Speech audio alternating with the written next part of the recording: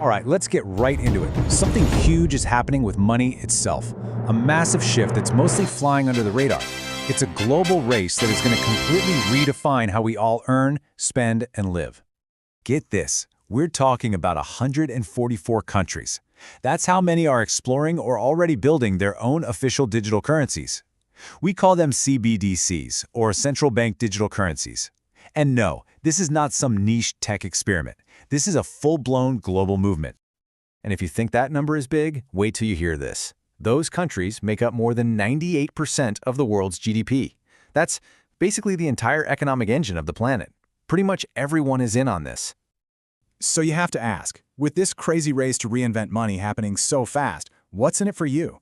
I mean, how does this actually affect your bank account, your privacy, and your financial future? So, why the huge push? Well, to get that, you need to understand the villain in this story. And it's not what you think. It's not a person or a country. The villain is our current financial system. It's slow, it's expensive, and frankly, it's just old. I mean, think about it. Our financial system is basically running on technology that's like trying to send a fax in a world of instant messaging. It's clunky, it's inefficient, and yeah, it is costing every single one of us real time and money. And here's the difference in a nutshell. You know how when you send money internationally, it can take forever and cost a fortune? That's the old way. Your money is bouncing around all these different banks. The new promise with CBDCs? Instant, cheap, simple. Just direct from point A to point B. And we're not talking about small savings here. This is massive. Some tests are showing that CBDCs could cut those cross-border fees by, get this, up to 90%. For a family sending money back home or a small business trying to compete globally, that is a total game changer. Okay, so it sounds amazing, right? Cheaper, faster, what's not to love? Well, this is where it gets tricky, because this whole thing is a classic double-edged sword. There's a huge promise, but there's also a pretty serious peril for your bank account. Let's stick with the good news for a second. There are 1.4 billion adults on this planet who don't have a bank account. Think about that. For them, a digital currency they can access with a basic phone could literally be a lifeline. It could plug them into the global economy for the very first time. And the benefits could be huge for everyone. For small business owners, imagine getting paid instantly. No more waiting 3 days for a payment to clear. Or think about disaster relief. The government could send money directly to people's digital wallets in seconds. It's incredibly powerful stuff. All right, now for the other side of that sword, the peril. All this amazing efficiency comes from one thing. It's all digital. And if it's not built right, it's basically like installing a tiny camera inside your wallet that records everything you buy forever. The tech that makes this possible is called programmable currency. And it means exactly what it sounds like. The authority that issues the money could program it with rules. Rules about what you can buy, where you can spend it. They could even make your money expire if you don't spend it fast enough. And that capability right there is why you hear so many people saying this could be the death of privacy.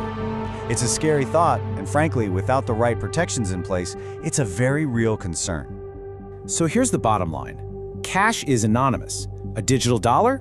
Not so much. Every single transaction could leave a permanent digital footprint. And that opens the door to surveillance on a level we've never seen before. Even worse, it could lead to financial censorship. Don't like what someone said online? Maybe their money just stops working. Okay, we're right in the thick of it, so this is a good spot to pause for a second. If you're finding this explainer valuable, do me a quick favor and hit that like button. And hey, drop a comment with what you want me to break down next. And of course, make sure you subscribe to Curious Decoder for more incisive and detailed explanations of everything you need to know. All right, so we've talked about what this means for your wallet. Now let's zoom out to the world stage. Because this isn't just about technology. This is a full-on geopolitical battle for the future of money itself. As it stands today, the US dollar is the top dog. It's the world's reserve currency, which gives the US a ton of economic and political influence. But this digital currency race, it has the potential to shake that entire foundation. And right now, you're seeing two totally different philosophies play out. On one side, you have China, which is way ahead of the game. Their digital yuan is already live and has processed trillions in transactions. They want to set the new rules for everyone else. On the other side, you have the US, which has basically hit the brakes, saying, whoa, hold on, we need to figure out these massive privacy risks first. And believe me, this race is only getting faster.